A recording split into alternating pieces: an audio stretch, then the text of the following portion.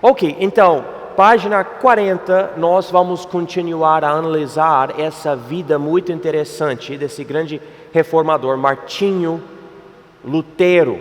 Ele não era o único reformador protestante, mas ele era o principal, porque através de um ato dele na porta da igreja, ele acabou iniciando essa divisão entre a igreja católica e pessoas que protestavam vários ensinos errados na igreja católica. Então ele é uma pessoa muito importante na história da igreja, na história do mundo, na verdade. O que tinha acontecido? Eu vou dar um resumo bem rápido aqui. A igreja católica romana queria se envolver em cada aspecto da vida de cada pessoa. Queria controlar. E infelizmente, por causa da ganância, a igreja usou a ignorância do povo. Quando eu digo ignorância, eu quero dizer, eles não sabiam de tudo. Muita pessoa não tinha nem como ler a Bíblia. Então a igreja católica acabou dizendo, olha, se você pagar por isso, você pode ter aquilo. No caso, era especificamente o seguinte: você comete pecado, e a igreja católica tem a autoridade de Deus para te dar o perdão de Deus, ou pelo menos diminuir o tempo que você vai passar no purgatório. Tudo isso era falso, não tem na Bíblia. Você pode ler de capa em capa, você não vai achar essa doutrina, mas a igreja católica estava dizendo isso. E até hoje tem essa crença do purgatório.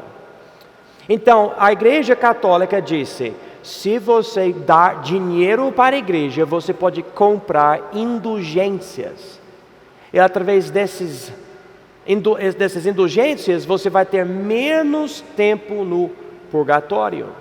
Martinho Lutero estava na igreja católica, ele não queria destruir a igreja católica, ele não queria abandonar a igreja católica, ele queria reformar e purificar a igreja católica, e ele chegou ao ponto de pensar e de entender a Bíblia de uma forma que ele falou, mas peraí, não tem indulgência na Bíblia, não existe isso. E ele chegou a várias outras conclusões bíblicas através da Bíblia, mas principalmente um dia, isso incomodou muito ele, que ele escreveu 95 teses contra principalmente essas indulgências. Vamos chegar aqui, página 40 da apostila, e diz aqui, letra B, em 1517, chegou em Wittenberg o frade dominicano Johann Tetzel, para vender indulgências. Na época, a igreja católica ensinava que por dar dinheiro para a igreja, a pessoa ou um parente já morto passaria menos tempo no purgatório. Nesse mesmo ano, no dia 31 de outubro, Martinho Lutero postou nas portas da igreja 95 teses contra as falsas doutrinas da igreja católica, principalmente a venda de indulgências. Esse momento é considerado o início da reforma protestante. Então já estudamos sobre William Tyndale e John Wycliffe e outras pessoas importantes que tinham crenças bem parecidas com as do Martinho Lutero, só que o momento que marcou o início da reforma é esse momento aqui. Ele foi nas portas da igreja e colocou essas 95 teses, dizendo essas indulgências não têm valor nenhum se a pessoa não tem arrependimento no coração. E se a pessoa tem arrependimento no coração, não precisa de indulgências. Em outras palavras, essa crença não tem valor nenhum de ambos dos lados. Não é bíblico. Nós sabemos que para nós crermos em Jesus como o nosso Salvador pessoal, nós vamos ter que ter algum tipo de arrependimento, que é basicamente reconhecer que você é pecador, que precisa de Jesus. você reconhece essa necessidade e você se arrependa, ou você pode dizer, eu arrependo de mim mesmo, eu sou pecador, o meu pecado me condena. E não é um arrependimento de poder viver sem pecar, isso não existe. Em vários lugares da Bíblia nós ainda levamos o velho homem, a carne, e você recebe Jesus, o Espírito Santo, entre você por causa disso, mas ainda você é pecador. É uma coisa que você sempre tem. Então o arrependimento bíblico não é eliminar pecado da sua vida. Não é uma energia que entra em você e você vive completamente sem pecar o resto da sua vida. Todas as pessoas nesse planeta pecam e provavelmente, se você não estava dormindo, você pecou hoje. Provavelmente, em algum momento você pensou algo errado e pode ser que você nem percebeu, porque a Bíblia fala sobre pecado cometido por ignorância, ou seja, você nem percebeu o que você fez. E só por passar mais tempo com Deus na Bíblia, você percebe, peraí, eu errei. Então, com esse entendimento do arrependimento, o arrependimento em si é uma mudança de coração para com o seu pecado. E isso é necessário para você reconhecer, eu preciso de Jesus, eu preciso crer nele, porque eu sou esse pecador. Então você se arrepende e recebe Jesus, dois lados para a mesma moeda, e você é salvo. Você é salvo. Bom, a Igreja Católica estava dando a ideia, chegou a esse ponto, que na verdade, sem arrependimento, se você comprar essa indulgência, você terá menos tempo nesse lugar falso, que nem existia, chamado o purgatório. Então, como se chama, Paulo me ajude, como se chama esse negócio de, eu acho que é 40 dias, é quaresma no português, de Lent, os 40 dias de não comer carne e tudo.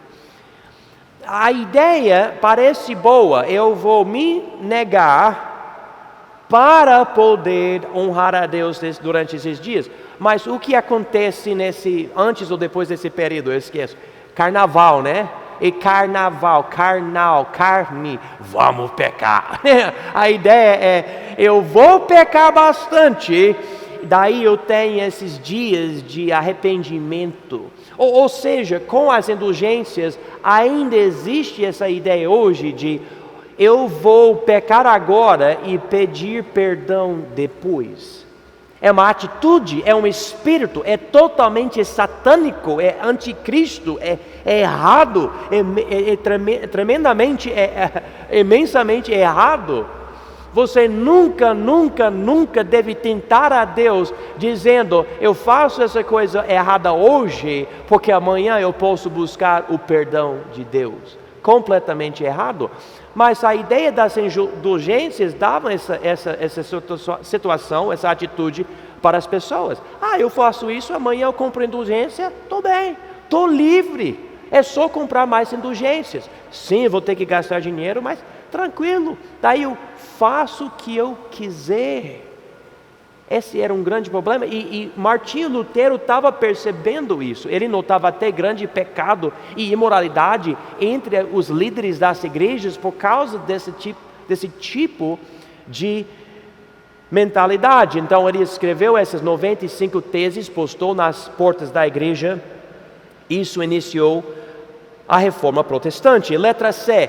As ideias de Lutero se espalharam rapidamente, especificamente por causa da invenção da imprensa de tipos móveis. O Papa exigiu que Lutero se retratasse, mas Lutero recusou. E ao invés disso, distribuiu panfletos e livros que atacavam os erros do Papa. Além disso, Lutero exaltava a Bíblia como a única regra de fé e prática. Isso é interessante porque ele até falou bem do papado no geral. Lembra, ele não queria rejeitar a Igreja Católica. Mas o Papa não está na Bíblia, o papado não existe nas Escrituras. Mas quando ele fala isso aqui, a Bíblia é a única regra de fé e prática, ele tirou do Papa a autoridade que o Papa queria para si. O Papa queria enfatizar para as pessoas, o povo: eu consigo falar com a autoridade de Deus e o que eu falo é sempre a verdade, sem erro, inspirado igual à Bíblia. E agora, Martinho Lutero, esse católico, lendo a Bíblia, fala: não. A Bíblia é a única regra de fé e prática. Eu não sou luterano, mas eu concordo com Martinho Lutero nesse ponto. A única regra de fé e prática tem que ser a Bíblia. A Bíblia diz, Pedro disse na Bíblia, as profecias não são de uma particular interpretação. Eu não preciso de outro para ser intérprete. Eu preciso do Espírito Santo de Deus para interpretar a Bíblia. É a doutrina chamada iluminação. Eu recebo Jesus, Ele me dá o Espírito Santo. Eu leio a Bíblia, o Espírito Santo me guia. Se eu precisar de ajuda com uma palavra, aquilo ali, eu posso procurar um dicionário, ou um livro de história, ou seja o que for, mas eu tenho o suficiente. Não existe uma pessoa ou um outro livro para dar a interpretação correta da Bíblia. Tudo é ferramenta, mas tem ferramenta boa, ferramenta ruim, e não existe ferramenta perfeita. Não existe pastor perfeito, não existe padre perfeito, não existe profeta perfeito, não existe. O que é perfeito é a Bíblia, Nós precisamos sempre voltar para a Bíblia. E Martinho Lutero, com todos os erros que ele tinha, ele percebeu isso. Lutero nunca quis sair da Igreja Católica. Ele não abandonou a ideia do poder político da Igreja, ele não era separatista. Ele só queria protestar erros para a igreja se reformar. Não era o alvo de Lutero criar a igreja luterana. Então existe até hoje uma igreja em nome dele que ele nem mesmo queria fundar. Em 1520, o Papa lhe enviou outra carta que exigiu que ele se retratasse. Em 1521, diante de grupo de príncipes, Lutero respondeu assim: a não ser que eu seja refutado e convencido pelos testemunhos das Escrituras ou por argumentos claros, a minha consciência se prende para a palavra de Deus. Não posso e não quero se retratar nada. Se for possível refutar isso pela Escritura ou por razão clara, eu me retrato. Por outro lado, pela ajuda de Deus, não posso. Aqui estou eu. Então, líderes da igreja queriam que ele mudasse. Ele falou: se você não pode mostrar para mim através da Bíblia ou razão, eu não vou mudar, eu já decidi, eu vou ficar aqui. Isso era de grande coragem. Ele colocou a vida dele em risco, falar desse jeito contra os poderes políticos da Igreja Católica. Uma coisa que ele tinha, que outros não tinham, como William Tyndale e John Wycliffe, etc., ele tinha muita popularidade. Isso ajudou. A Igreja Católica ficou meio receosa, não querendo matar ele. É igual que aconteceu com vários judeus nos dias de Jesus. Sim, afinal de contas, eles acabaram crucificando Jesus, mas em certos momentos Jesus tinha tanta fama, tanta influência, que esses líderes que não gostavam dele também não matavam ele, porque procuravam um jeito e não achavam. Mesma coisa com Martinho Lutero. Lutero, então, consequentemente foi excomungado e os livros dele foram queimados. Então ele acabou chegando um momento de mais perigo. Os amigos dele sequestraram ele e o esconderam no castelo Wartburg, né? Então eles pegaram ele e levaram ele embora. Vamos lá, você vai morrer, vamos para outro lugar. Agora, número 3, a influência de Lutero. No castelo de Wartburg, Lutero conseguiu traduzir o Novo Testamento na língua do povo alemão. Isso levou 2 anos. Pela proteção de príncipes, em 1534, Lutero também conseguiu traduzir o Velho Testamento. Então, nós estamos falando de alguém de coragem, alguém de convicção e alguém de inteligência. Imagina muita gente nem leu a Bíblia inteira, ele traduziu a Bíblia inteira de línguas originais para alemão. Imagino que ele aprendeu através disso, vendo cada palavra, cada letra de cada palavra e considerando o significado de cada palavra e traduzindo para uma outra língua. E tudo isso Deus usou na vida dele. E claro, eu vejo que ele não recebeu tudo que Deus mostrou para ele, porque ainda ele apoiava certas falsidades criadas pela Igreja Católica, mas ele foi transformado, especialmente na questão da salvação. Ele percebeu que a salvação é pela graça, por meio da fé, não por meio de indulgências ou participação das coisas da Igreja Católica ou boas obras, nada disso. Ele percebeu o justo viverá pela fé. Romanos 1,17. A Igreja Luterana foi fundada com a ajuda do seu colaborador, Philippe Melanchthon, uma igreja que se tornou a igreja estatal em vários países europeus, inclusive a Escandinávia.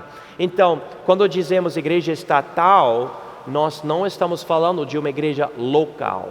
Nós estamos falando sobre uma presença religiosa em nome de Cristo que é política, que tem influência numa região, ok? Então, tinha a Igreja Católica controlando. Agora, com a Reforma Protestante, em certos lugares surgiram igrejas protestantes, como por exemplo a Igreja Luterana, que tinham poder político, ok? Então nós estamos vendo uma divisão política da Europa. Então você tinha, aqui o domínio é da Igreja Católica Romana, mas aqui nesse lugar, nessa cidade ou região, é a Igreja Luterana. E isso vai crescer, aumentar e dividir cada vez mais. É importante notar que Lutero não gostou de ser conhecido como alguém que fundou uma nova seita da Igreja Católica. Ele não estava imaginando um dia em Ouro Preto do Oeste ia existir a Igreja Luterana. Ele não estava pensando nisso, não. Para ele queria fazer uma coisa. Para ele, a Igreja Católica Romana era a verdade, só que ficou super corrompida. Então, vamos reformar, vamos purificar, vamos arrancar as falsidades e melhorar a situação. Mas tinha falsidade que nem ele negou. Então, quando ele começou a ter tanta influência que causou uma divisão entre os seguidores dele e os seguidores da Igreja Católica, ele viu uma divisão e as pessoas falavam, ele está formando uma seita, uma divisão, algo diferente que saiu da Igreja Católica. Ele falou, não, note aqui, número 2, ele disse, a primeira coisa que eu peço é que o povo não faça uso do meu nome e que não se chame de luteranos, senão cristãos. O que é Lutero? O ensino não é meu, nem fui eu crucificado por alguém. Como eu, um saco fedorento de larvas que eu sou, cheguei ao ponto onde as pessoas chamam os filhos de Cristo por meu nome mau. E marca isso daqui o que ele falou, ele está falando algo profundo da própria doutrina dele. Ele chegou à conclusão, o ser humano em si pode acabar recebendo um monte de glória dos outros homens, mas ele em si, ele é nada além das larvas de moscas num saco fedorento. Ele é sujo, imundo, horrível, horrendo. Imagina qualquer palavra, o ser humano é isso. É isso que Martinho Lutero entendeu pela Bíblia, Romanos 3, pelos mandamentos. Ele pensou, não, mas eu sou tão horrível, sou tão pecaminoso, você não pode usar meu nome para dizer eu sou de Lutero, eu sou luterano. Não quero isso. Mas já ficou até hoje. Pessoas usam o nome dele. E como eu falei, até na nossa igreja tem a igreja luterana. Lutero exortava o povo a aprender leitura para poder ler a Bíblia. Os seguidores de Lutero priorizaram educação e a luz da Bíblia começou a ter um grande impacto, um grande impacto, que é óbvio. Eu falei para vocês, ele não era muito a favor dos anabatistas, nossos antepassados. Também ele era muito antissemita, né? Então, ele acreditava em outras falsidades. Mas eu tenho dificuldade em dizer, eu vejo esses problemas na vida dele, então eu nego a coisa toda, ele não é nada, ele não foi salvo.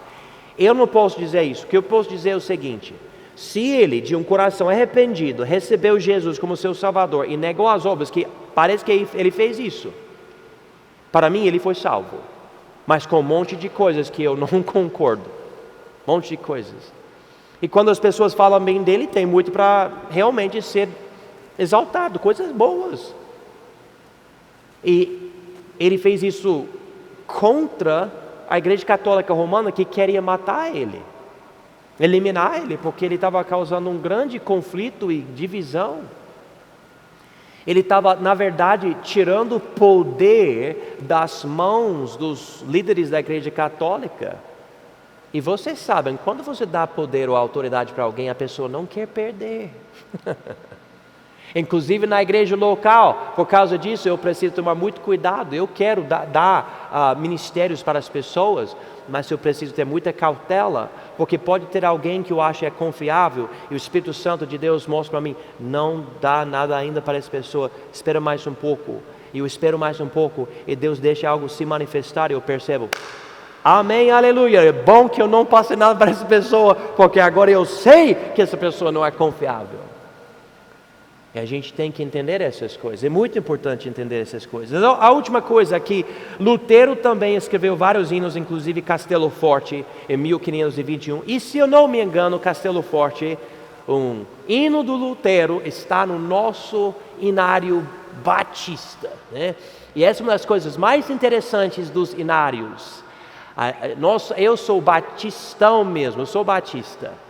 Mas eu sei que eu canto músicas que vêm de pessoas que não são batistas. Tem presbiterianos e, se eu não me engano, a Noite de Paz foi escrito por um católico, né? E eu com certeza não sou católico, mas os inários têm essas músicas. Então o que eu faço? Eu faço o seguinte: se a música ensina boa doutrina, não tem nada de errado, então eu vou para a segunda coisa. Se por cantar essa música eu vou atrapalhar as pessoas, então não vou cantar. Por exemplo, vamos dizer que há uma pessoa hoje, um cantor, escreve música boa, mas o testemunho da pessoa não é muito legal. Então eu não vou cantar, porque isso pode estragar o meu testemunho, o nome de Cristo. Mas alguém como Martinho Lutero, quando você canta Castelo Forte, eu não acho que você está pensando em matar judeus, por exemplo. Não chega na sua cabeça. Você não pensa, anabatistas são ruins. Não, você está cantando Castelo Forte. Então só por eu falar essas coisas, você sabe que são os problemas na vida dele. Mas se eu não tivesse falado, provavelmente você nunca saberia. Em outras palavras, música é uma área muito complicada. Temos que ter muito cautela, muito cuidado. E você vai notar, você presta atenção no seu inário. E olhe nos hinos que tem aí. E você vai ver, tem umas coisas bem interessantes às vezes. E às vezes nós precisamos dizer, aqui essa linha no inário não está certinho. Por exemplo, tem muito hino que tem umas coisas meio erradas sobre a escatologia. Não sobre a soteriologia, que é a salvação, mas a escatologia, o fim dos tempos. Então, é uma coisa interessante. Mas, enfim, Martinho Lutero, homem muito interessante, e há coisas boas, coisas ruins. Ele que iniciou a reforma protestante. E na próxima aula, Deus permitindo, nós vamos ver outro homem contemporâneo, Ulrico Zwinglio.